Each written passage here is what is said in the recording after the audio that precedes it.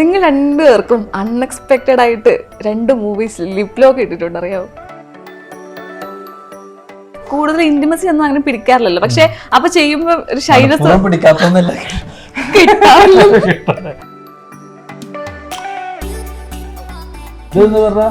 ഇതൊക്കെ ഞാൻ പറഞ്ഞല്ലോ, ഞാൻ കംപ്ലീറ്റ്ലി ഡയറക്ടർ ആക്ടറാണ്. അല്ലാത്ത എല്ലായിടത്തും ചെന്നിട്ട് ഇതിലൊരു ലിപ് ലോക്ക് എടുക്കാൻ പോകണം, എവിടെ നമുക്ക് ചെയ്യാൻ പറ്റില്ല.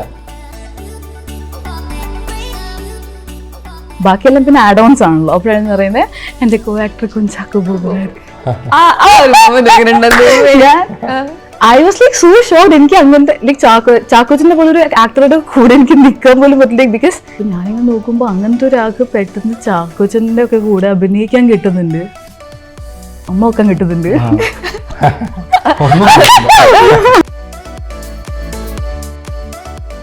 ഫോണിലവള് പറയുന്നുണ്ട് ഇങ്ങനെ ഞാൻ പോവാണെന്ന്. അപ്പൊ എന്തായാലും ഭീമൻ ഒരു പ്രാവശ്യം കൂടെ അതെല്ലാവരും ആഗ്രഹിച്ചല്ലോ, ആ ആഗ്രഹം മാത്രമാണ്. അതെ അതെ, ചാക്കോച്ചൻ എന്തായാലും ചെയ്തത് ശരിയല്ല. എത്ര പേര് പറഞ്ഞിട്ടുണ്ട് ഭീമൻ ചെയ്തത് ശരിയായിട്ടില്ല. ചിലപ്പോ നമ്മള് വന്ന് ചോദിക്കുന്നത് പുള്ളി കേൾക്കുന്നുണ്ടാവില്ല, ശ്രദ്ധിച്ചില്ലേ? പിന്നെ നമ്മൾ മറ്റേ സീന് അതെ അതെ അതെ അതെ എന്നൊക്കെ പറഞ്ഞിട്ട് പുള്ളി വേറെ എന്തോ അപ്പൊ പിന്നെ നമുക്ക് മനസ്സിലായി ഇടയ്ക്ക് എന്തോ പ്രശ്നമുണ്ട്.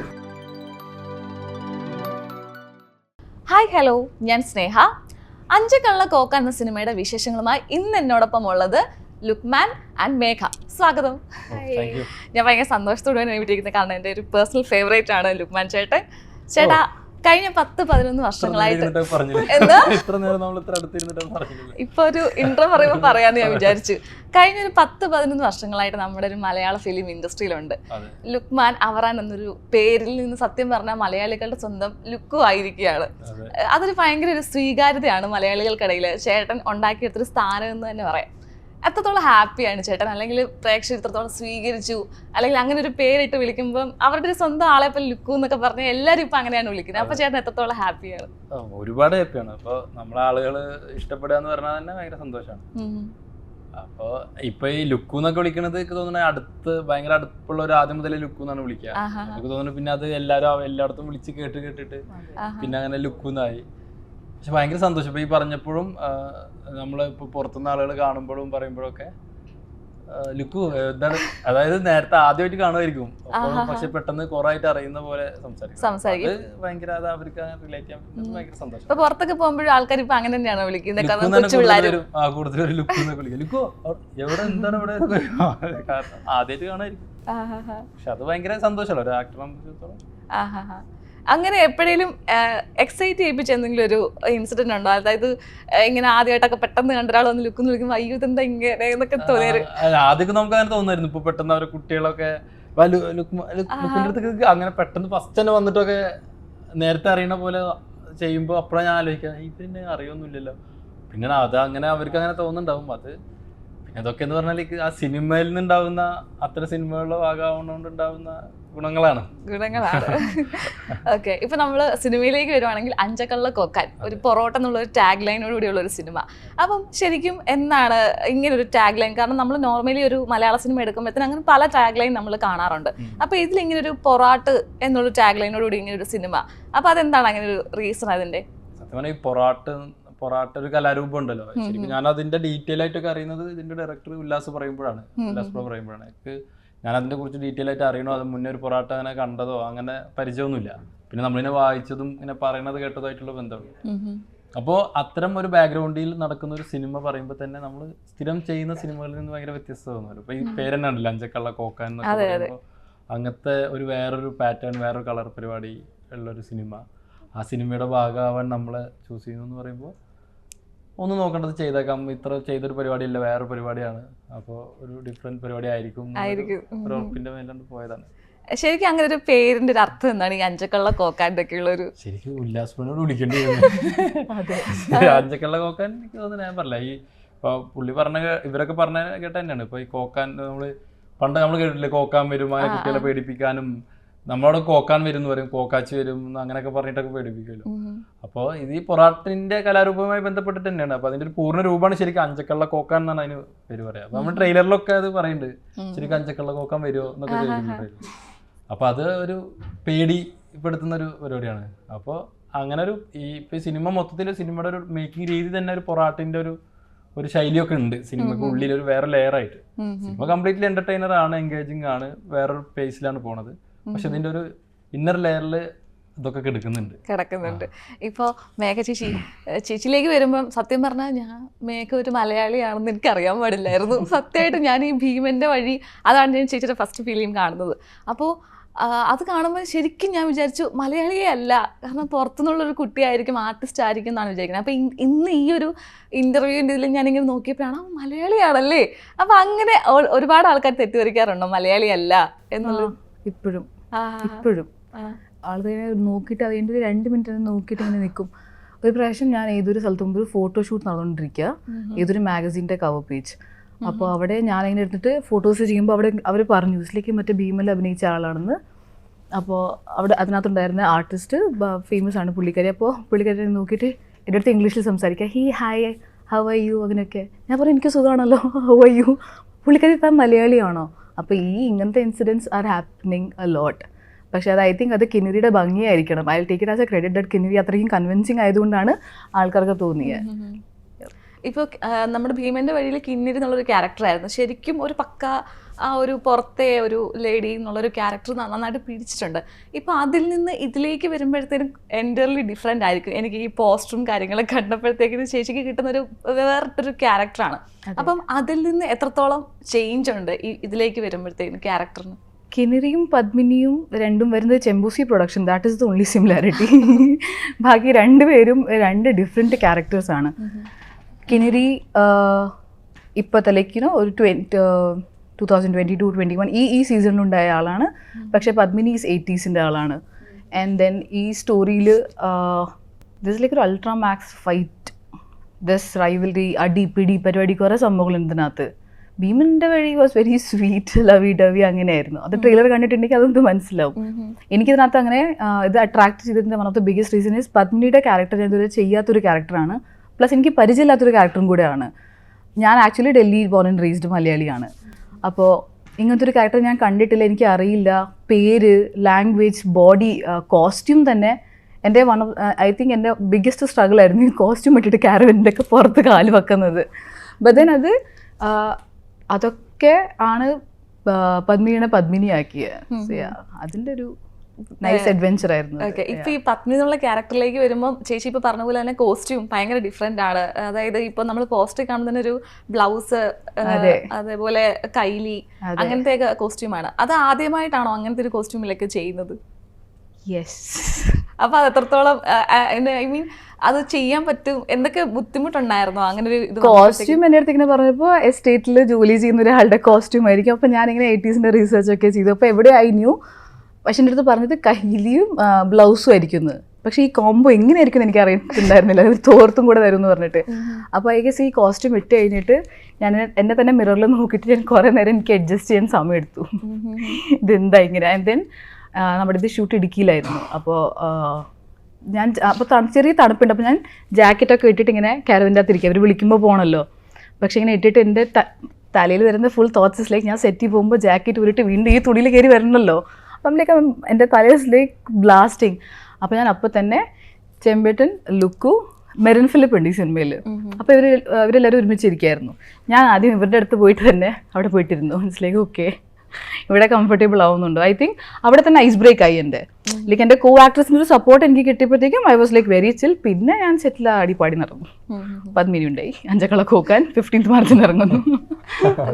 ഇപ്പൊ ലുക്കു ചേട്ടൻ്റെ എല്ലാ ക്യാരക്ടറും ഒന്നിനൊന്ന് വ്യത്യസ്തമാണ് ഓരോ സിനിമയ്ക്കകത്തും. അപ്പൊ ഇതിലേക്ക് വരുമ്പോഴത്തേക്കും ഞാൻ ഇന്നലെ കുറെ അരിച്ചു പറക്കി, എനിക്ക് ട്രെയിലർ ഒന്നും കാണാൻ പറ്റിയില്ല. പക്ഷെ ഞാൻ ഇന്ന് കണ്ടു, കുറച്ച് മുമ്പ് ഞാൻ കണ്ടു. അപ്പോൾ ഭയങ്കര ഡിഫറെൻ്റ് ആയിട്ട് തോന്നി. കാരണം ഒരു പഴയ കാലഘട്ടം, ഒരു റെസ്ട്രിക്ട് ടൈപ്പ് ഓഫ് ഫിലിം ആണെന്ന് പറയാം. അപ്പോൾ അതിലേക്ക് വന്നപ്പോഴത്തേക്കിന് ചേട്ടൻ്റെ ഒരു ക്യാരക്ടറിനെ പറ്റി ഒന്ന് പറയാം. എൻ്റെ ക്യാരക്ടറിൻ്റെ പേര് വസുദേവൻ എന്നാണ്. വസുദേവൻ ഇങ്ങനെ പോലീസ് ക്യാമ്പിൽ നിന്ന് ഇങ്ങനെ പെട്ടെന്നൊരു ജോലിക്ക് വേണ്ടിയിട്ട് പുതുതായിട്ട് ജോയിൻ ചെയ്യുന്നതാണ് പോലീസിൽ, ഒരു സ്റ്റേഷനിൽ. അപ്പോൾ ആ നാടും നാട്ടുകാരെന്നൊക്കെ പറഞ്ഞത് പുള്ളിക്കാരൻ അത്ര പരിചിതമല്ലാത്ത കുറച്ച് എന്തോ സംതിങ് വേറെന്തോ പ്രശ്നമുള്ള പോലെയൊക്കെ തോന്നുന്ന ഒരു വേറൊരു സ്ഥലത്താണ് പുള്ളി എത്തുന്നത്. അപ്പോൾ പുള്ളിയുടെ പിന്നെയുള്ള ട്രാവൽ എന്ന് പറഞ്ഞത് പുള്ളിയിൽ ഭയങ്കര മാറ്റങ്ങളാണ് ആ നാടുണ്ടാക്കുന്നത്. അപ്പോൾ ആ മാറ്റങ്ങളിലൂടെയുള്ളൊരു ഒരു ട്രാവലാണ് പുള്ളിയുടെ വസുദേവൻ്റെ സംഭവിക്കുന്നത്. അപ്പോൾ അതിൻ്റെ ഇടയിൽ ഉണ്ടാകുന്ന കുറേ സംഭവങ്ങളും കുറേ പരിപാടികളാണ്. എന്താ വെച്ചാൽ കൂടുതൽ പറഞ്ഞു കഴിഞ്ഞാൽ ചിലപ്പോൾ അതിൻ്റെ ക്യൂരിയോസിറ്റി പോകുന്നല്ലേ. അപ്പോൾ ശരിക്കും അത് ഇപ്പോൾ March 15 റിലീസാണല്ലോ. അതുകൊണ്ട് റിലീസിന് ശേഷം അതിനെക്കുറിച്ച് ആളുകൾ എങ്ങനെ പറയുന്നതനുസരിച്ച്. പക്ഷെ ഞാൻ പറഞ്ഞത് ഇതുവരെ ചെയ്ത പരിപാടി ഇല്ല എന്നുള്ളതിൻ്റെ ഒരു പൂർണ്ണ ബോധ്യമുണ്ട്. ഇപ്പം പോലീസ് വേഷം ഉണ്ടൊക്കെ ശേഷം ഇതാണ് ചെയ്യുന്നത്. അപ്പോൾ അതുമായിട്ടും ബന്ധമില്ല. ഇതുവരെ ഈ റീസെൻ്റ്ലി ചെയ്ത സിനിമകളുമായിട്ട് ഈ സിനിമയ്ക്കൊരു ബന്ധമില്ല. വേറെ തന്നെ ഒരു സിനിമയാണ്. അപ്പോൾ അത് ആളുകൾ എങ്ങനെ സ്വീകരിക്കും എന്നുള്ളത് ശരിക്കും നമ്മൾ നോക്കി കാണുന്നുണ്ട്. എങ്ങനെ ആയിരിക്കും ഇത് ആളുകൾ സ്വീകരിക്കുക, എത്രത്തോളം ആളുകൾ ഇഷ്ടപ്പെടും, അതൊക്കെ ഭയങ്കര ക്യൂരിയോസിറ്റിയോടെ തന്നെ നോക്കി കാണുന്നുണ്ട്. ഇപ്പൊ ഇതിന്റെ പോസ്റ്റർ കാണുന്ന തന്നെ അറിയാം, ഒരു റെഡിഷ് യെല്ലോ ആ ഒരു റിട്രോ ടൈപ്പ് ഒക്കെ നമുക്ക് ഫീൽ ചെയ്യും ഇപ്പം അതിന് ട്രെയിലർ കാണുമ്പോഴും. അതേപോലെ തന്നെ മുമ്പേ പറഞ്ഞ റെസ്ട്രിക്ട് ടൈപ്പ് ഓഫ് ഫിലിമാണ്. അപ്പം ചേട്ടന്റെ കയ്യിലേക്ക് ഇങ്ങനെ ഒരു സ്ക്രിപ്റ്റ് വന്നപ്പോഴത്തേക്കിന് ചേട്ടൻ ചോദിച്ചിരുന്നോ അയ്യോ ഇതെന്താണ് ഇങ്ങനെ, അല്ലെങ്കിൽ ഈ ഒരു മൂഡ് പിടിച്ചു പോകുന്നൊക്കെ ചോദിച്ചിരുന്നോ? അല്ല, ഇതിന്റെ സ്ക്രിപ്റ്റ് ഇതിന്റെ പരിപാടി പറയുമ്പോൾ തന്നെ അതിന്റെ വെരി ഡീറ്റെയിൽ ആയിട്ടുള്ളതാണ് ഉല്ലാസ് ബ്രോ പറയുന്നത്. ഇതിന്റെ ഈ കളറാണെങ്കിലും ഇതിൽ വരുന്ന സീക്വൻസ്, ഇപ്പോൾ ഒരു സീൻ ഞാൻ പറഞ്ഞുതരാമെന്ന് പറഞ്ഞ ഒരു സീൻ തന്നെ അങ്ങനെ പറയും. അപ്പോൾ ഇതാണ് ഇതിൻ്റെ ഒരു മൂഡ്. പിന്നെ ഇതിൻ്റെ ബാക്ക്ഗ്രൗണ്ട് സ്കോർ എന്നൊക്കെ വരുന്നത് ഇതിൻ്റെ സോങ്ങുകൾ എന്നൊക്കെ പറഞ്ഞാൽ ഇത്തരത്തിലായിരിക്കും. അപ്പോൾ തന്നെ നമുക്ക് അതിൻ്റെ ഒരു പിക്ചർ കിട്ടിയത് വേറൊരു ടൈപ്പ് ഓഫ് പരിപാടിയിലാണ് പോകുന്നത്. പിന്നെ ഇതിൻ്റെ കളറ്, നമ്മൾ കാണിക്കുന്ന സ്ഥലങ്ങൾ, നമ്മളിതിലുള്ള ക്യാരക്ടേഴ്സ് എല്ലാം പുള്ളി ഡീറ്റെയിൽ ചെയ്തിട്ട് പറഞ്ഞു തന്നായിരുന്നു. അപ്പോൾ തന്നെ നമുക്ക് ഞാൻ പറഞ്ഞില്ല, അപ്പോൾ നമ്മൾ സ്ഥിരം ചെയ്യുന്ന പരിപാടിയല്ല, എന്തോ വ്യത്യസ്തമുണ്ട്. പിന്നെ ഇയാൾക്ക് എന്തോ ചെറിയ ഉണ്ട്. അപ്പോൾ അത്തരം ആൾക്കാരെ കൂടെ വർക്ക് ചെയ്യുമ്പോൾ എന്താ വെച്ചാൽ സ്ഥിരം നോർമൽ പരിപാടിയിൽ പോകണ്ട, വേറൊരു വെറൈറ്റി പരിപാടിയിലോട്ട് പോകണം എന്നൊക്കെ വേറൊരു വഴി വേണം എന്നൊക്കെ ചിന്തിക്കുന്ന ഡയറക്ടറാണ്. അപ്പോൾ അങ്ങനെയുള്ള ഡയറക്ടേഴ്സിൻ്റെ കൂടെ നമ്മൾ വർക്ക് ചെയ്യുമ്പോൾ എന്താണെന്ന് വെച്ചാൽ നമ്മളും മാറും. നമ്മളറിയാതെ തന്നെ നമ്മളും പുതിയ ക്യാരക്ടേഴ്സ്, പുതിയൊരു വേൾഡൊക്കെ നമുക്ക് ഇതിലൂടെ പോകാൻ പറ്റും. അപ്പോൾ അത്തരം ഒരു യാത്ര കൂടി ഇതിൻ്റെ ഒരു എക്സൈറ്റ്മെന്റ് ഉണ്ടായി. അപ്പോൾ ഒന്നും നോക്കിയില്ല. പിന്നെ ചെമ്പൻ ചേട്ടനാണെങ്കിൽ ആദ്യം വിളിച്ച് പറയുന്നത് ഉല്ലാസ് ബ്രോ വരും എന്ന് കഥ പറഞ്ഞത് തന്നെ പരിപാടി ഓക്കെ. ചേച്ചിക്ക് ഈ ഒരു ക്യാരക്ടർ കിട്ടിയപ്പോഴത്തേക്കിന് എന്തായിരുന്നു ഒരു ടെൻഷനായിട്ടുള്ള എന്തെങ്കിലും ഒരു കാര്യം ഉണ്ടായിരുന്നു? ടെൻഷനായിട്ടുണ്ടായിരുന്ന കാര്യം ഐ ഗെസ് ഞാൻ ഉല്ലാസ് എൻ്റെ അടുത്ത് സ്ക്രിപ്റ്റ് പറഞ്ഞ ദിവസമായിരുന്നു ഐ ഗെസ് എനിക്ക് ടെൻഷൻ ഉണ്ടായ ദിവസം. ചെമ്പേട്ടൻ്റെ അടുത്ത് പറഞ്ഞിട്ട് എൻ്റെ ബ്രദർ ഇങ്ങനെ ഒരു പ്രോജക്റ്റ് ചെയ്യുന്നുണ്ട്, ചെമ്പേട്ടൻ കഴിഞ്ഞിട്ട് എനിക്ക് ഉല്ലാസ് ചെയ്തൊരു ഷോർട്ട് ഫിലിം ഉണ്ട്, പാമ്പച്ചി പറഞ്ഞൊരു ഷോർട്ട് ഫിലിം ഉണ്ട്, അതും കാണിച്ചു. അപ്പോൾ ഞാൻ ചെമ്പേട്ടൻ ലൈക്ക് നീ കഥ കേട്ടിട്ട് പറ what do you think of it. Just like okay. ഞാൻ അങ്ങനെ ഉല്ലാസിൻ്റെ കൂടെ സ്ക്രിപ്റ്റ് കേൾക്കാൻ വേണ്ടി പോയേക്കാം. അപ്പോൾ പുള്ളി എടുത്ത് സ്ക്രിപ്റ്റ് പറയുമ്പോൾ ഉണ്ടല്ലോ, ഞങ്ങൾ രണ്ടുപേരും ഉള്ളൂ ടേബിളിൽ, പുള്ളി അങ്ങോട്ട് നോക്കിയിരിക്കുക, ഞാനുണ്ടല്ലോ full time like I guess ഒരു 1 hour എന്തോ മീറ്റ് ഉണ്ടായിരുന്നു, ഞാൻ ഫുൾ ടൈം ഇരിക്കുക. ലൈക്ക് ഒരു പ്രാവശ്യം പോലും എന്നെ നോക്കിയിട്ടില്ല. ലൈക്ക് ഇങ്ങനെയാണെങ്കിൽ ഞാൻ എങ്ങനെയാ ഇപ്പം സീൻ നമ്മൾ സെറ്റിലേക്ക് പോകുമ്പോൾ പുള്ളി എങ്ങനെയായിരിക്കും എൻ്റെ അടുത്ത് സീന് പറയുന്നത്, ലൈക്ക് ഹൗ ഇസ് ഈ ഐസ് ബ്രേക്ക് നടക്കും. ഞാൻ നേരെ ചെമ്പേട്ടൻ്റെ വീട്ടിലേക്ക്, ചെമ്പേട്ട എൻ്റെ അടുത്ത് ഇങ്ങനെയാണ് ഉല്ലാസ് സ്ക്രിപ്റ്റ് പറഞ്ഞത്, ചെമ്പേട്ടലേക്ക് പേടിക്കണ്ട അവൻ വേറെ വൈബാണ്. അതെ നമ്മളോട് സംസാരിക്കുകയാണെങ്കിലും അതെ ലൈക്ക് അങ്ങനെ നോക്കി അതിന്റെ ലൈക്ക് പ്ലസസ് നമ്മൾ ഞാൻ സ്ക്രിപ്റ്റ് കേട്ട സമയത്ത് ആ സ്ക്രിപ്റ്റിന്റെ detailing shows how focused he is. പുള്ളിക്ക് ഇപ്പം പറഞ്ഞ പോലെ നമ്മുടെ കോസ്റ്റ്യൂം, കളർ, നമ്മുടെ ലൊക്കേഷൻ, ടൈം പീരിയഡ്, നമ്മുടെ ക്യാരക്ടറിന്റെ ഡെപ്ത്, അത് കഴിഞ്ഞിട്ട് ഇപ്പം നമ്മളിപ്പം ഒരു സജഷൻ പറയാണെന്ന് വെച്ചോ, he'll ask us like why this suggestion, like ഇതെങ്ങനെ അങ്ങനെ വർക്ക് ആവുന്നത്, he literally set with us. അപ്പം അങ്ങനത്തെ ഒരു നല്ല എക്സ്പീരിയൻസ് കൂൾ ഡയറക്ടറും കൂടെ ആയതുകൊണ്ട് പദ്മിനി വന്നു. ഓക്കെ, ഇപ്പം നമ്മൾ ഡയറക്ടേഴ്സിന്റെ കാര്യം പറഞ്ഞു, എങ്ങനെയുണ്ടായിരുന്നു സെറ്റിൽ? കാരണം സ്ക്രിപ്റ്റ് വന്ന് പറയുമ്പോൾ തന്നെ ദൈവമേ ഇങ്ങനെ കിളി പോയ അവസ്ഥയിൽ ഞാൻ ഇരുന്നു ചേച്ചി പറഞ്ഞു. അപ്പോൾ ലൊക്കേഷനിൽ എങ്ങനെ ഉണ്ടായിരുന്നു ആസ് എ ഡയറക്ടർ?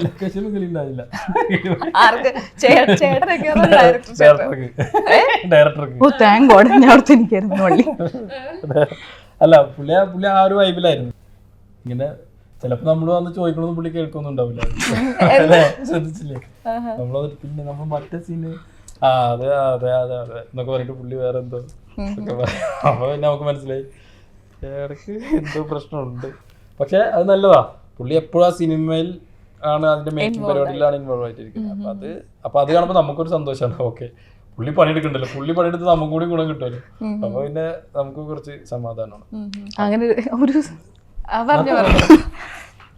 ഞങ്ങളുടെ സെറ്റിലുണ്ടായ ഒരു ഇൻസിഡൻ്റ് ആണ്. ഷൂട്ട് നടന്നുകൊണ്ടിരിക്കുക. അപ്പോൾ ഡേ ടൈം കഴിഞ്ഞിട്ട് നൈറ്റ് ലൈറ്റൊക്കെ ഇട്ടിട്ട് വേണം ഷൂട്ട് ചെയ്യാൻ. അപ്പോൾ ഇടയ്ക്ക് ഒരു 2 to 4 hours നമുക്ക് ഗ്യാപ്പ് വന്നു. പ്രൊഡക്ഷനിൽ എല്ലാവർക്കും പ്രശ്നം, ഷൂട്ട് നിർത്തി വെച്ചേക്കാണ്, ലൈറ്റ്സ് ഇവിടെയാണ് അവിടെ എന്ന് പറഞ്ഞിട്ട് ഫുൾ ബഹളം. ഞാനേ അപ്പോൾ I guess towards the end ഒക്കെയാണ്. അപ്പോൾ ഞാൻ ഉല്ലാസിൻ്റെ അടുത്ത് പോയിട്ടേ, നമ്മൾ ഷൂട്ട് നിർത്തിയോ അതോ ഷൂട്ട് നടക്കുന്നുണ്ടോ? കുറേ പേര് ലൈറ്റ് ഇടുന്നുണ്ട്, കുറേ പേര് ഇട്ടിട്ട് പോകുന്നുണ്ട്, എന്താ നടക്കുന്നത്? ഉല്ലാസ് ലൈക്ക് ഷൂട്ട് ഉണ്ട്. ഞാൻ ചുമ്മാ രസത്തിന് ആ ഒരു രസം എന്ന് പറഞ്ഞിട്ട് ഉല്ലാസ് മരത്തിനടി ഇരിപ്പുണ്ട്, എല്ലാവരും അങ്ങോട്ടും ഇങ്ങോട്ട് ഓടിക്കൊണ്ടിരിക്കുക. നൈറ്റ് ഷൂട്ട് ഉണ്ട്, പക്ഷെ half of the crew has no idea. ഇപ്പോ ചേച്ചി ഓൾറെഡി പറഞ്ഞു ഇപ്പൊ ഇവിടെ അല്ല born and brought up in Delhi എന്നല്ലേ പറഞ്ഞിരുന്നത്. അപ്പോൾ നമ്മൾ ഈ ഒരു മൂവി ആണെങ്കിലും കുറച്ച് റിയലിസ്റ്റിക് എന്നൊക്കെ മാറുന്ന കുറച്ച് ഡ്രാമാറ്റിക് ആണ്, അങ്ങനെ ഒരു ടൈപ്പ് ഓഫ് ഫിലിമാണ്. അപ്പൊ ഇതിന്റെ ഒരു ടാഗ് ലൈൻ പൊറാട്ട എന്നൊക്കെ പറഞ്ഞപ്പോൾ ചേച്ചിക്ക് ഇതിനെപ്പറ്റി ഒരു ഐഡിയ ഉണ്ടായിരുന്നു വന്നപ്പോഴത്തേക്കിന്? പൊറാട്ട എന്താണ്, അല്ലെങ്കിൽ പൊറാട്ടയ്ക്ക് അല്ല, 5 കള്ള കോക്ക്. ഞാൻ സ്ക്രിപ്റ്റ് കേൾക്കുന്ന സമയത്ത് ആകെ 5 കള്ള കോക്കാനേ ഉള്ളൂ. ഐ ഗസ് ലേറ്റർ ഓൺ ഇപ്പം ഐ ഗസ് പോസ്റ്റേഴ്സിന്റെ സമയത്താണ് ഞാൻ ശ്രദ്ധിക്കുന്നത്. പക്ഷെ ബേസിക് ഇതിന്റെ സ്റ്റോറി അല്ല അറിയായിരുന്നോ പൊറാട്ട സംഭവം എന്താണ്, അല്ലെങ്കിൽ അതിന്റെ ഒരു ബേസിക് സംഭവങ്ങളൊക്കെ ഇല്ല, അത് സ്റ്റോറി സ്ക്രിപ്റ്റ് അതാണല്ലോ. അപ്പൊ എനിക്ക് സ്ക്രിപ്റ്റിന്റെ അക്കോർഡിംഗ് എനിക്ക് അറിയാം, പക്ഷെ അതിന് ഇങ്ങനത്തെ ഒരു വാക്കുണ്ടെന്ന് ഒബ്വിയസ്ലി ആയിട്ട് അതിന്റെ ബാക്കിയുള്ള കാര്യങ്ങളൊക്കെ അറിയാവോ? നോർമലി എന്താണ് പൊറോട്ട, നാടകം, അങ്ങനെ സംഭവങ്ങളൊക്കെ നേരത്തെ അതൊക്കെ എനിക്കറിയാം. കേരള വലിയ കൾച്ചറായിട്ടൊന്നും എനിക്ക് അറിയില്ല, ബട്ട് ദെൻ എനിക്ക് ഇങ്ങനത്തെ ഫോക്ക് പരിപാടിയൊക്കെ എനിക്കറിയാം. ഞാൻ അറ്റൻഡ് ചെയ്തിട്ടില്ല, കണ്ടിട്ടില്ല. പക്ഷെ ഈ സ്ക്രിപ്റ്റിന്റെ അതിൻ്റെ അകത്ത് പറയുമ്പോൾ ഈ ഇതിനകത്തുള്ള മെനി ക്യാരക്ടേഴ്സ് ഇമോഷൻ വൈസ് അങ്ങനെ എന്തോ ഒരു കണക്ഷൻ ഉണ്ട് വിത്ത് പോരാട്ട്. ദേ ഡെലിവർ ദാറ്റ്. അവരെ ലൈക്ക് ഒരു ഇന്നർ സെൽഫ് ഒക്കെ ഡെലിവർ ചെയ്യുന്ന ഒരു സംഭവമാണ്. ലൈക്ക് അത്ര ലൈക്ക് ആ ബേസിക് ക്രക്സ് എനിക്കറിയാം. എൻ്റെ അടുത്ത് ആദ്യം ഇത് മാത്രമേ പറഞ്ഞിട്ടുള്ളൂ. അപ്പോൾ ഞാൻ ഇപ്പോൾ ചോദിച്ചപ്പോൾ ഞാൻ ചോദിച്ചിട്ടുണ്ട്, കോക്കാൻ എന്തായിരുന്നു ഞാൻ ചോദിച്ചിട്ടുണ്ടായിരുന്നു. അപ്പോൾ ഈ ടൂൾമിലേക്ക് ഇങ്ങനെ നാട്ടിലൊക്കെ ഇപ്പം പിള്ളേരെ പേടിപ്പിക്കാൻ വേണ്ടി ചെറിയ ചെറിയ ക്യാരക്ടേഴ്സ്, ബൂഗിമാൻ പോലെ അങ്ങനത്തെ ഒരു ചെറിയ ക്യാരക്ടറാണ്. But then the boogeyman inside human is what kind of ആണോടാ തന്നെ. ശരിക്കും നമ്മുടെ ഈ പടത്തില് അങ്ങനെ എന്തെങ്കിലും ഒരു എലമെന്റ് ഉണ്ടോ? കുറച്ച് ഫാന്റസി ടൈപ്പ് ഒരു എലമെന്റ് ഉണ്ടോ ഈ കോക്കാൻ പോലെ? കോക്കാൻ പോലെ എന്ന് പറഞ്ഞാല് അല്ല, അത്തരം അങ്ങനെ അതിനെ അങ്ങനെ നമ്മള് പറയണൊന്നുമില്ല. പക്ഷെ ഈ ഇതേ പറയില്ല, ഇത് കംപ്ലീറ്റ്ലി ഫിക്ഷൻ ആണ് പരിപാടി. പുള്ളിയുടെ തന്നെ ഒരു ഇമാജിനറി, പുള്ളി തന്നെ ഉണ്ടാക്കിയെടുത്ത ഒരു വേൾഡും അതിൻ്റെ അകത്തുള്ള കുറേ ക്യാരക്ടേഴ്സും അവിടെ നടക്കുന്ന ഒരു കഥയാണ്. അപ്പോൾ പക്ഷേ ഈ പൊറാട്ടും ഇതൊക്കെ ഇതിൻ്റെ ഞാൻ പറഞ്ഞ ഒരു ലെയറിൽ വരുന്നുണ്ട്. ഇതിലൊരു ക്യാരക്ടർ അങ്ങനത്തെ ഒരു ബാക്ക്ഗ്രൗണ്ടിൽ നിന്ന് വരുന്ന ആളാണ്. അല്ലാതെ നമ്മൾ ഈ പൊറാട്ടിൻ്റെ പരിപാടിയിലോട്ടോ അത്തരം അത് കാണിക്കുന്ന രീതിയിലോട്ടൊന്നും പോകണില്ല. പക്ഷേ സിനിമ വേറെ തന്നെ ഒരു എൻ്റർടൈനർ പരിപാടി മൂഡ് വേറെ പുള്ളിയുടെ ഒരു വേൾഡിൽ ഉണ്ടാക്കിയെടുത്തൊരു പരിപാടിയാണ്. അത് ആളുകൾ അതാണ് പറഞ്ഞത്, അതാണ് നമ്മളെപ്പോഴും നോക്കി കാണുന്നത്. ഇപ്പോൾ നമ്മളിപ്പോൾ ഇതൊക്കെ പറയുമെങ്കിലും പുള്ളി വേറെ വേൾഡ് ഉണ്ടാക്കുന്നു, പുള്ളി വേറെ നമ്മൾ ഒരു വ്യത്യസ്ത പരിപാടി ചെയ്യുന്നു എന്നൊക്കെ പറയുന്നുണ്ടെങ്കിലും ഇതൊക്കെ പ്രേക്ഷകരെങ്ങനെ എടുക്കുന്നു എന്നുള്ളതാണ് ഇതിൻ്റെ മെയിൻ പോയിന്റ്. അതില്ലെങ്കിൽ ഇതൊക്കെ നമ്മൾ മാറ്റി ചിന്തിക്കേണ്ടി വരും, എല്ലാം മാറി ചിന്തിക്കേണ്ടി വരും. അപ്പോൾ ഞാൻ ആലോചിക്കുന്നത് ഇത് ആളുകൾ സ്വീകരിക്കും എന്നുള്ള പ്രതീക്ഷയാണ് നമുക്കുള്ളത്. അപ്പോൾ നമ്മൾ മാർച്ച് 15 വേണ്ടിയിട്ട് അങ്ങനെ വെയിറ്റ് ചെയ്യണം. ഇപ്പൊ ഇതിനകത്ത് ആ ഒരു ട്രെയിലറിന്റെ ഭാഗത്ത് ഒരു കുട്ടി പറയുന്നുണ്ട്, അങ്ങനത്തൊക്കെ ശരിക്കും ഉണ്ടോ ഒരു കോക്കാച്ചി എന്ന് പറഞ്ഞ അങ്ങനെയൊക്കെ ഉണ്ടോ? അപ്പം നിങ്ങളുടെ കുട്ടിക്കാലത്ത് എപ്പോഴെങ്കിലും ഇങ്ങനത്തെ വല്ല ഇൻസിഡൻസ് ഉണ്ടായിട്ടുണ്ടോ? അല്ലെങ്കിൽ ആ ഒരു കൺസെപ്റ്റിനെ പറ്റി എന്തെങ്കിലും ഒരു പേടിക്കുന്ന ഒരു സംഭവമൊക്കെ ഉണ്ടായിട്ടുണ്ടോ? എന്റെ അങ്ങനെ ഓർമ്മയിലൊന്നുമില്ല. ഡൽഹി 6 മറ്റേ കാലബന്ദർ ഓർമ്മയുണ്ടോ? മങ്കി മാൻ ഡൽഹി 6 മൂവിയിൽ ദാറ്റ് ആൻഡ് ഓൾ ഹാപ്പൻ. എൻ്റെ ചൈൽഡ്ഹുഡ് അങ്ങൊരു വലിയൊരു സംഭവമായിരുന്നു. ഒരാളിങ്ങനെ കക്ക നടക്കുന്നു, പക്ഷെ people use to call him കാലബന്ദർ, അങ്ങനെ എന്തൊക്കെയോ. അപ്പോൾ ഈവനിങ്സ് നൈറ്റ് ഒക്കെ ആകുമ്പോഴത്തേക്ക് എല്ലാവരും വീട്ടിൽ കയറണം, അല്ലെങ്കിൽ കാലബന്ദർ ഉഠാക്കെ ലേ ജായക, അങ്ങനത്തെ ഒക്കെ പരിപാടിയൊക്കെ ഉണ്ടായിരുന്നു. കോക്കാൻ എനിക്കൊന്ന് ഈ ചെറുപ്പത്തിലെ ഇതൊക്കെ പറയണ നമ്മൾ കേട്ടു. നമ്മുടെ വീട്ടിലാണെങ്കിലും ഫുഡ് കഴിച്ചില്ലെങ്കിൽ അമ്മ പറയാറില്ലേ, അങ്ങനെയൊക്കെ ചേട്ടനോട് അങ്ങനെയൊക്കെ പറഞ്ഞ് കേട്ടിട്ടുണ്ട് ഞാൻ. പറഞ്ഞിട്ടൊന്നും എനിക്ക് ഓർമ്മയില്ല. 4 ദിവസം മുന്നേ നടന്ന കാര്യം. പക്ഷെ നമ്മളത് വേറെ അടുത്ത് പറയണൊക്കെ ഉണ്ട്, എന്നോടും പറഞ്ഞിട്ടുണ്ടാവാം. പക്ഷെ നമ്മുടെ ഉള്ളിൽ കിടക്കുന്നുണ്ട് അത്. അപ്പൊ അത് ഇതൊക്കെ പറയുമ്പോഴും നമ്മുടെ ഉള്ളിൽ ഇതിന്റെ ഒക്കെ എന്തൊക്കെ കിടക്കുന്നുണ്ട്. അപ്പൊ അതൊക്കെ ചിലപ്പോ എഫക്ട് ചെയ്യുന്നുണ്ട്. നിങ്ങൾക്ക് രണ്ടുപേർക്കും സിമിലർ ആയിട്ടുള്ള ഒരു കാര്യമുണ്ട്, എന്താണെന്ന് പറയാൻ പറ്റും? ഒരു പ്രത്യേക ഒരു സംഭവം ഉണ്ട് നിങ്ങൾക്കിടയിൽ. എന്താണത്? അത് അറിയാമോ എന്താണത്? അല്ലെങ്കിൽ ഞാൻ തന്നെ പറയാം. നിങ്ങൾ രണ്ടുപേർക്കും അൺഎക്സ്പെക്റ്റഡ് ആയിട്ട് 2 മൂവീസ് ലിപ് ലോക്ക് ഇട്ടിട്ടുണ്ട്, അറിയാമോ? ആരും പ്രതീക്ഷിക്കാതെ. നിങ്ങൾക്ക് രണ്ടുപേർക്കും അല്ല, നിങ്ങൾ രണ്ടുപേരും 2 സിനിമകളിലായിട്ട്. കൊറോണ ഇല്ലേ, നമ്മൾ ആ സിനിമ കണ്ടോണ്ടിരിക്കുമ്പോൾ നമ്മൾ പ്രതീക്ഷിക്കത്തേ ഇല്ല ഇങ്ങനൊരു സീൻ അതിലേക്ക് വരുമെന്ന്, അല്ലേ? അപ്പം ഞാനും അപ്പൊ അങ്ങനെ കണ്ടോണ്ടിരുന്നപ്പോഴത്തേക്കിന് ദാ വരുന്നു. അതിനകത്ത് രണ്ടുപേരും ഭയങ്കരമായിട്ട് നമ്മൾ ആ സിനിമയിൽ നിന്ന് വേറിട്ട് നിൽക്കുന്ന, നമുക്ക് ഭയങ്കര സ്പെഷ്യലായിട്ട് തോന്നും അത്. അപ്പോൾ ചേട്ടൻ്റെ ആണെങ്കിൽ കൊറോണ തന്നകത്ത് പറയുവാണെങ്കിൽ ഭയങ്കര രസമായിട്ടുള്ളൊരു സീനാണ് അത്, കാരണം അറിയാമല്ലോ. അപ്പൊ അതൊക്കെ ചെയ്യുമ്പോഴത്തേക്കിന് അല്ലെങ്കിൽ അങ്ങനെ ഒരു സീനൊക്കെ ഉണ്ടെന്ന് പറയുമ്പോഴത്തേന് എന്തായിരുന്നു റിയാക്ഷൻ, ഫസ്റ്റ് റിയാക്ഷൻ? എന്താ റിയാക്ഷൻ ഇപ്പൊ അറിയില്ല. ഞാൻ പറഞ്ഞില്ല അന്ന് അത് അപ്പോഴത്തെ ഒരു ഇപ്പൊ എല്ലാം സംഭവിക്കുമ്പോ അപ്പൊ നമുക്ക് അപ്പത്തെ ഒരു മൈൻഡ് സെറ്റും അപ്പോഴുള്ള ഒരു പരിപാടിയാണ്. പിന്നീട് ഇപ്പൊ എന്താ ആലോചിച്ചെന്നുള്ള സത്യത്തിലേക്ക് ആലോചിച്ച ഓർത്താ പോലും കിട്ടില്ല. പക്ഷെ നമ്മുടെ സിനിമക്ക് ആവശ്യമാണ്, ഡയറക്ടർ ആവശ്യമാണ്, നമുക്കൂടി ബോധ്യമാവുന്ന ഒരു സമയം ഉണ്ടാകുമ്പോ അതൊക്കെ അങ്ങനെ ചെയ്യും. അതിപ്പോ ആസ് ആൻ ആക്ടർ നമ്മള് ഒരു സിനിമക്ക് ആവശ്യമുള്ള എന്തിനും റെഡി ആയിട്ടാണ് ചെല്ലുന്നത്. അത് സിനിമക്ക് സംഭവിക്കാത്ത. ചേട്ടന് ഇതുവരെയുള്ള ക്യാരക്ടറിൽ അങ്ങനെ കൂടുതൽ ഇന്റിമസി ഒന്നും അങ്ങനെ പിടിക്കാറില്ലല്ലോ, പക്ഷെ അപ്പൊ ചെയ്യുമ്പോ ഒരു ഷൈനസ് പിടിക്കാത്തൊന്നല്ല കിട്ടാറില്ല. അപ്പൊ ആ ഒരു ഷൈനസ് ഒക്കെ ഉണ്ടായിരുന്നു. അപ്പൊ ഇത് ഞാൻ എങ്ങനെ സ്ക്രീനിൽ ഫലിപ്പിക്കും എന്നൊക്കെ ഉള്ള ടെൻഷൻ ഉണ്ടോ? ഇല്ല, അപ്പൊ അങ്ങനത്തെ ടെൻഷനൊന്നുമില്ല. ഇതെന്ന് പറഞ്ഞാൽ ഇതൊക്കെ ഞാൻ പറഞ്ഞല്ലോ, ഞാൻ കംപ്ലീറ്റ്ലി ഡയറക്ടർ ആക്ടറാണ്. എന്താണോ ഡയറക്ടർ തരുന്ന നിർദ്ദേശം അതിന് ഡയറക്ടർ വിശ്വസിക്കുക എന്നുള്ളതാണ്. അപ്പൊ ചില സ്ഥലത്തുനിന്ന് നമുക്ക് ചിലപ്പോൾ അത് ആവണമെന്നില്ല, വർക്കാവില്ല. അപ്പോൾ അങ്ങനെ വർക്കാവുന്ന സെറ്റിൽ വർക്കാവുന്ന ഡയറക്ടറുടെ കൂടെ വർക്ക് ചെയ്യുമ്പോൾ നമ്മൾ എന്താന്ന് വെച്ചാൽ നമ്മളെല്ലാത്തിനും ഓക്കെയാണ്. കാരണം നമുക്കറിയാം ഇതിൻ്റെ പുള്ളി അങ്ങനെ കൊണ്ടുവരും, ഇതിന് അങ്ങനെ ഒരു സ്പേസ് ഉണ്ടാവും. അല്ലാത്ത എല്ലായിടത്തും ചെന്നിട്ട് ഇതിലൊരു ലിപ്ലോക്ക് എടുക്കാൻ പോകണം എവിടെയെന്ന് വെച്ചിട്ട് നമുക്കത് ചെയ്യാൻ പറ്റില്ല. അപ്പോൾ നമുക്ക് ആ ഡയറക്ടറിലുള്ള വിശ്വാസം, ആ സിനിമയിലുള്ള വിശ്വാസം ആൾക്കുണ്ടാകുമ്പോൾ ഇത് മാത്രമല്ല കേട്ടോ, ഇതൊക്കെ അത് നമ്മളൊരു ആക്ടറിൻ്റെ ഒരു ഭാഗം മാത്രമല്ലല്ലോ. നമ്മൾ ഏത് ഇമോഷൻ, ഇപ്പോൾ നമ്മളൊരു ഭയങ്കര ഇമോഷൻ സീൻ ചെയ്യുകയാണെങ്കിൽ പോലും നമുക്ക് കൈമയും മറന്ന് ചെയ്യാന്നൊക്കെ പറയുമ്പോൾ ഡയറക്ടർ നമ്മൾ അത്ര വിശ്വാസമുള്ള ആളാണെങ്കിൽ നമുക്ക് ഒന്നും പേടിക്കാനില്ല.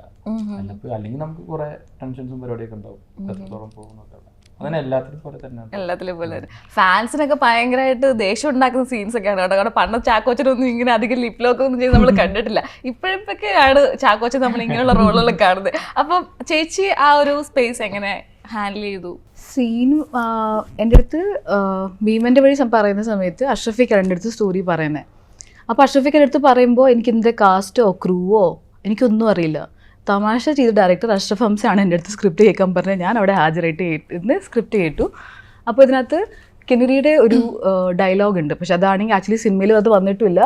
ആ ഡയലോഗ് വാസ് വെരി ഇമ്പോർട്ടൻറ്റ്. ഇപ്പം ഈ ഭീമൻ കിന്നരിനെ വീണ്ടും ഒരു പ്രാവശ്യം കാണുന്നുണ്ട്, before they say good bye ഒരു പ്രാവശ്യം കൂടെ കാണുന്നുണ്ട്. അപ്പോഴാണ് അവളുടെ ഒരു സെൻറ്റൻസ് പറയും. എനിക്ക് ആ സെൻറ്റൻസ് കേട്ടപ്പോൾ I was like I want to do Kinnari. അപ്പോൾ അഷ്റഫിക്ക ഇസ് ലൈക്ക് ഒറ്റ 2 മിനിറ്റ് പ്രൊഡ്യൂസർ ഒന്ന് കണ്ടിട്ടേ അത് നമുക്കിത് കൺഫേം ആക്കാൻ പറ്റുള്ളൂ. പ്രൊഡ്യൂസർ ഇപ്പം വരികയാണ്, പുള്ളി ഷൂട്ടിന് എവിടെ പോയതായിരുന്നു അങ്ങനെയൊക്കെ. ഞാൻ just like okay fine, producer വരികയാണ്. ഞാൻ അങ്ങനെ ഇരിക്കുമ്പോൾ ഒരു ഐ ഗെസ് ഒരു 10 സെക്കൻഡ്സ് കഴിഞ്ഞിട്ട് ഡോറിനകത്ത് നിന്ന് എൻ്റർ ചെയ്യുന്നത് ചെമ്പൻ വിനോദ് ജോസ്, ചെമ്പേട്ടനായിരുന്നു ഇതിൻ്റെ പ്രൊഡ്യൂസർ. ഞാൻ അപ്പോഴാണ് അറിഞ്ഞത്. എന്തായാലും എൻ്റെ അപ്പോൾ അഷ്റഫിക്കൻ്റെ അടുത്ത് ചോദിച്ചു നിനക്ക് കോ ആക്ടർ അറിയണം. അപ്പോൾ ഞാൻ ലൈക്ക് അഷ്റഫിക്ക ലൈക്ക് എനിക്ക് ഇത് ലൈക്ക് അഷ്റഫിക്ക പറഞ്ഞ കഥ കേട്ടിട്ട് എനിക്ക് ഒരുപാട് ഇഷ്ടമായി. അപ്പോൾ like anyhow I'm doing this, ബാക്കിയെല്ലാം പിന്നെ ആഡ് ഓൺസ് ആണല്ലോ. അപ്പോഴാണ് പറയുന്നത് എൻ്റെ കോ ആക്ടർ കുഞ്ചാക്കോ ബോബനായിരുന്നു.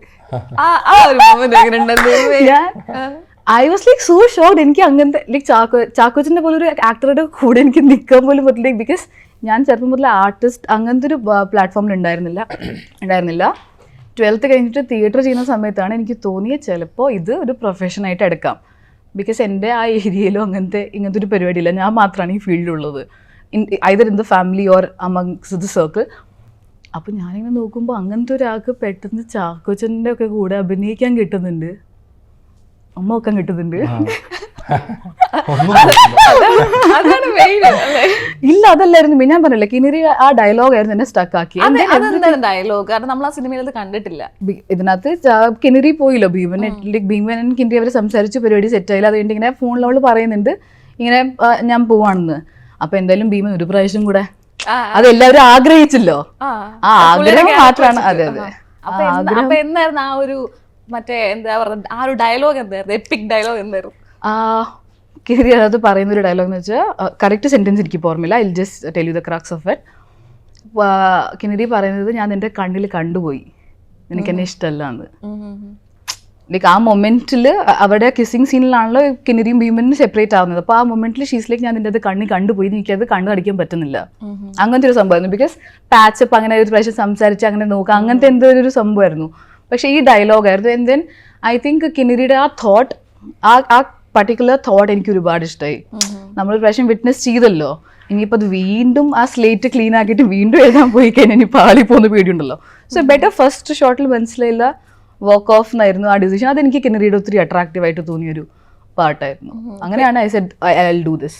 പക്ഷെ ആ ഒരു സംഭവമാണല്ലോ നമുക്ക് ആ ഒരു ഫിലിം കമ്മിറ്റ് ചെയ്യാൻ തോന്നുന്നത്. പിന്നെ ഡയറക്ടറോട് ചോദിച്ചില്ലേ എന്തിനാ അത് മാറ്റുന്നതെന്നൊക്കെ? ഇല്ല, അഷ്റഫ് ഖാൻ്റെ അടുത്ത് പറഞ്ഞിട്ടുണ്ടായിരുന്നു, എടി ഞാൻ ആ സീൻ എന്താ കട്ട് ചെയ്യുന്ന സമയത്ത് തന്നെ എൻ്റെ അടുത്ത് പറഞ്ഞിട്ടുണ്ടായിരുന്നു, എടി ഞാൻ ഈ സീൻ മാറ്റിയിട്ടുണ്ട്, ഇവിടം വരെ മതി, ഇവിടെ പ്രണയം ഇവിടം വരെ മതി എന്ന് അഷ്റഫ് ഖാൻ്റെ അടുത്ത് ക്ലിയർലി പറഞ്ഞിട്ടുണ്ടായിരുന്നു. ആൻഡ് ദെൻ ഒബ്വിയസ്ലി അതുകൊണ്ടല്ല എത്ര പേർക്ക് ഇപ്പം കിന്നരി ഭീമൻ കഴിഞ്ഞിട്ട് എൻ്റെ അടുത്ത് എത്ര പേര് പറഞ്ഞു ചാക്കോച്ചൻ എന്തായാലും ചെയ്തത് ശരിയല്ല, എത്ര പേര് പറഞ്ഞിട്ടുണ്ട് ഭീമൻ ചെയ്തത് ശരിയായിട്ടല്ല എന്ന്. അപ്പോൾ ഐ വാസ് ലൈക്ക് ഓക്കെ, അത് ആൾക്കാർക്ക് ആക്സെപ്റ്റ് ആയി. അപ്പോൾ I respect my directors decision on this. അത് നല്ല ലൈക്ക് അതെനിക്ക് ഓക്കെ ആയിരുന്നു. ഓക്കെയാണ്. ഇപ്പൊ ഈ പ്രണയത്തിന്റെ കാര്യം പറഞ്ഞപ്പോഴാണ് ഇപ്പൊ പറഞ്ഞു നമ്മൾ ഒന്ന് ചെയ്ത സംഭവത്തിൽ വീണ്ടും അത് മായിച്ച് എഴുതുക എന്ന് പറയുന്നത് അത്ര പോസിബിൾ അല്ല. അപ്പം എനിക്ക് തോന്നുന്നു ചേച്ചി അത് പേഴ്സണലിയും കൂടെ ചിലപ്പോൾ അങ്ങനെ ഒരു തോട്ടുള്ള ഒരാളായതുകൊണ്ടായിരിക്കാം, എനിക്കറിയില്ല. അപ്പം ഒരു റിയൽ ലൈഫിലേക്ക് വരുമ്പോഴത്തേന് ആ ഒരു പ്രണയം അല്ലെങ്കിൽ അതിൻ്റെ ഒരു വൺസ് പോയി കഴിഞ്ഞാൽ വീണ്ടും അത് പാച്ചപ്പ് ആവുന്നതിനോടൊരു യോജിപ്പില്ലാത്ത ആളാണോ? സി ദാറ്റ് ഇസ് ഈ പറഞ്ഞ കണ്ടന്റ് പറഞ്ഞ ടീംസ് കിന്നരിയാണ്, ഇത് മേഘ. നമ്മൾ ഇടയ്ക്കിടയ്ക്ക് പോയിട്ട് സ്റ്റേജൊക്കെ ക്ലീൻ ചെയ്ത് വീണ്ടും എഴുതും, 2 ദിവസം കഴിയുമ്പോൾ വീണ്ടും കഴുകിയിട്ട് വീണ്ടും ചെയ്യുന്നു, അതൊക്കെ നടക്കും. അല്ല, വാട്ട് ഐ മെന്റ് ഇസ് ലൈക്ക് കിന്നരി എന്നൊരു ക്യാരക്ടർ, അതിന്റെ ആ പ്രോമിനൻസ്, ആ ഐഡിയ എനിക്ക് ഒരുപാട് ഇഷ്ടമായി. ബിക്കോസ് ഞാൻ ജനറലി നമ്മൾ മേ ബി എൻ്റെ സറൗണ്ടിങ്ങിൽ അങ്ങനെ ആയിരുന്നു, വിമൻ ആർ ലൈക്ക് ഞാൻ കേട്ടേക്കുന്നത് എല്ലാവർക്കും മോസ്റ്റ്ലി നമ്മുടെ പച്ച മലയാളത്തിൽ തേപ്പ് ലൈക്ക് അങ്ങനത്തെ കുറേ stories. I'm not seeing that guys don't go through that, but പക്ഷേ ഇങ്ങനെ പെണ്ണുങ്ങളുടെ കൂടെ ഇങ്ങനെ കേൾക്കുമ്പോൾ പീപ്പിൾ ബിക്കം ലൈക്ക് നമ്മൾ പെണ്ണുങ്ങളായിക്ക് ജസ്റ്റ് ഡ്രോപ്പ് അങ്ങനത്തെ ഒരു പരിപാടിയാണ്. പക്ഷെ കിന്നരി അങ്ങനത്തെ ആളല്ല. കിന്നരി ഈസ് ലൈക്ക് നോ, ഞാൻ അങ്ങനെയല്ല, ഞാൻ കണ്ടു, എനിക്കിത് മനസ്സിലായി, മതി എന്ന് വെച്ചാൽ മതി. ലൈക്ക് ഓ നൈസ് ഗേൾ, അങ്ങനെയായിരുന്നു എനിക്ക്. ഇപ്പൊ നമുക്ക് ഇനി മൂവിയിലേക്ക് തിരിച്ചു വരുവാണെങ്കിൽ ചേച്ചി ഇപ്പൊ ഇത് ക്യാരക്ടറിലേക്ക് ഭയങ്കര ഒരു എനിക്ക് തോന്നുന്നു പോസ്റ്ററിലാണെങ്കിൽ ആ സിഗരറ്റാണോ ബീഡി വലിക്കുന്നത്. അപ്പൊ ഇതുപോലുള്ള കുറച്ച് ചാലഞ്ചിങ് ആയിരിക്കുമല്ലോ, കാരണം ചില കാര്യങ്ങൾ പഠിച്ചെടുക്കേണ്ടതായിട്ടായിരിക്കുമല്ലോ. അപ്പൊ അങ്ങനെയുള്ള കുറച്ച് കാര്യങ്ങളുണ്ടോ ഈ മൂവിക്ക് വേണ്ടി പ്രാക്ടീസ് ചെയ്ത് പഠിച്ച അങ്ങനെ എന്തെങ്കിലും കാര്യമുണ്ടോ? ഇച്ചിരി ഒരു ലൈക്ക് ഒരു വിമനിഷ് ടച്ച് ഐ തിങ്ക്. ലൈക്ക് എൻ്റെ മേജർ കമ്പനീസ് ഗൈസ്, അപ്പോൾ ഞാൻ ഏടാ അങ്ങനത്തെ ഒരു വൈബ്. പക്ഷേ പദ്മിനി അങ്ങനത്തെ ഒരാളല്ല. അപ്പോൾ പദ്മിനിക്ക് വേണ്ടി ഐ തിങ്ക് അങ്ങനത്തെ ഒരു ഫിസിക്കൽ പരിപാടിയൊക്കെ ഇപ്പം ഈ പോസ്റ്ററിൽ കാണുന്ന പദ്മിനിയുടെ ഒരു വേറെ ഒരു ലുക്കാണ് നിങ്ങൾ ആക്ച്വലി സിനിമയിൽ കാണാൻ പോകുന്നത്. സോ അതിനെപ്പറ്റി എനിക്ക് കൂടുതൽ ആക്ച്വലി പറയാൻ പറ്റത്തില്ല. ഇപ്പൊ അടി ഇടിയൊക്കെ ഉള്ളൊരു പടമാണോ നമ്മുടെ? തീർച്ചയായിട്ടും അടിയുണ്ട്. ട്രെയിലർ കണ്ടില്ല നമ്മുടെ? കണ്ടില്ല. കൂടുതൽ നമുക്ക് അറിയാം, ഞാൻ കണ്ടു, പക്ഷെ പ്രേക്ഷകർക്ക് അറിയണ്ടേ? പോസ്റ്ററിൽ തന്നെ എത്ര തോക്കുണ്ടോ? അതെ, ട്രെയിലറിൽ തന്നെ എത്ര അതെ ബോംബ്. അല്ല, ഇതൊക്കെ സിനിമക്ക് ആവശ്യമുള്ള സ്ഥലങ്ങളിൽ വളരെ കറക്റ്റായിട്ട് പ്ലേസ് ചെയ്തിട്ടുണ്ട്. അപ്പോൾ ഞാൻ പറഞ്ഞത് അത് ഇതിലെ ക്യാരക്ടേഴ്സ് എനിക്കൊന്നും ഭയങ്കര ഡിഫറെൻ്റ് ആണ്. ഇപ്പം ചെമ്പൻ ചേട്ടനൊക്കെ എടുത്ത് നോക്കുവാണെങ്കിൽ എനിക്ക് ഇതുവരെയായിട്ടും ചെയ്യാത്തൊരു നമുക്കൊരു ക്യാരക്ടർ അല്ലെ, അതുപോലെ ലുക്ക് വൈസ് ഒക്കെ ഭയങ്കര ഡിഫറെൻ്റ് ആണല്ലോ. അപ്പോൾ ഇതിന്റെ കാസ്റ്റ് ആൻഡ് ക്രൂ ബാക്കി ആരൊക്കെയാണ്?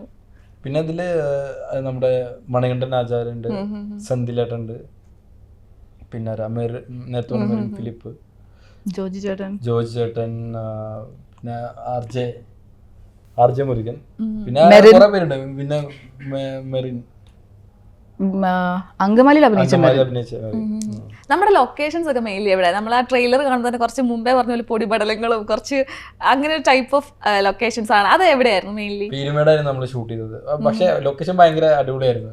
ശരിക്കും നമ്മള് പീരുമേട് വേറൊരു ഹൈറ്റില് അവിടെ തന്നെ ആയിരുന്നു പോലീസ് സ്റ്റേഷനും കൂടുതൽ സീൻസും അവിടെ തന്നെയായിരുന്നു. അപ്പൊ നമ്മള് എന്താന്ന് വെച്ചാല് എന്നും രാവിലെ അവിടെ എത്തുന്നു, സൺറൈസ് എല്ലാവരും സൺറൈസ് മുമ്പ് സെറ്റിൽ ഉണ്ട്.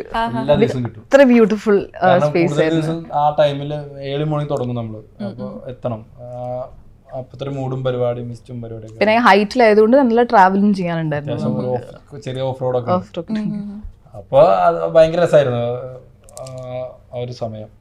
പക്ഷെ എനിക്ക് തോന്നുന്നത് അതിന് അങ്ങനത്തെ പീരിമേഡായിരുന്നു കുറച്ച് ഷൂട്ടുകൾ. ഇപ്പൊ എന്തായാലും ഞാൻ മുമ്പേ പറഞ്ഞ പോലെ ഒരു 10-11 വർഷമായി നമ്മുടെ ഇൻഡസ്ട്രിയിലുണ്ട്. ഇപ്പൊ ഒരുപാട് സിനിമകൾ ചെയ്തു. എനിക്ക് തോന്നുന്നു നായകനെക്കാട്ടി കൂടുതലായിട്ടും ചില സിനിമകളിലൊക്കെ അത്രത്തോളം ഹൈപ്പായിട്ട് നിൽക്കുന്ന ഒരു ക്യാരക്ടറാണ്. ഇപ്പൊ തല്ലുമാല, സൗദി വെള്ളയ്ക്ക പോലുള്ള സിനിമകളിൽ പോലും എല്ലാവരും ഭയങ്കര സ്വീകരിച്ചൊരു ക്യാരക്ടേഴ്സാണ് അതിനകത്തുള്ളത്. അപ്പം ചേട്ടൻ ഇങ്ങനെ ഇപ്പോൾ ഒരു ഗ്രോത്ത് പ്രോസസ്സിലാണെന്ന് പറയാം മലയാള സിനിമയിൽ. ഇപ്പം എല്ലാവരുടെയും മുമ്പേ പറഞ്ഞ എല്ലാവരുടെയും ലുക്കുമായി മാറി ഗ്രോത്ത് പ്രോസസ്സാണ് ഒരു ആക്ടിങ് കരിയറിൽ. അപ്പോൾ സേഫ് സോണിൽ നിന്ന് കളിക്കേണ്ട ഒരു സമയമാണ്. പക്ഷേ ചേട്ടൻ ഭയങ്കരമായിട്ടും ഡിഫറെൻറ്റ് ടൈപ്പ് ഓഫ് ക്യാരക്ടേഴ്സ് ഇതിങ്ങനെ ചെയ്തുകൊണ്ടിരിക്കുകയാണ്. അതിങ്ങനെ സെലക്റ്റീവായിട്ട് ചെയ്യുന്നതാണോ അതോ വന്നതിനെ തന്നെ സ്വീകരിച്ച് അങ്ങനെ മുമ്പോട്ട് പോവുകയാണോ? കാരണം ഡിഫറെൻറ്റ് ക്യാരക്ടേഴ്സാണ് എപ്പോഴും ചെയ്തുകൊണ്ടിരിക്കുന്നത്. എനിക്ക് കൂടുതലും വരുന്നതാണ് എൻ്റെ എന്നെ ചൂസ് ചെയ്യുന്നതാണ്. ഞാൻ സിനിമ ചൂസ് ചെയ്യുന്നതായിട്ട് കൂടുതൽ.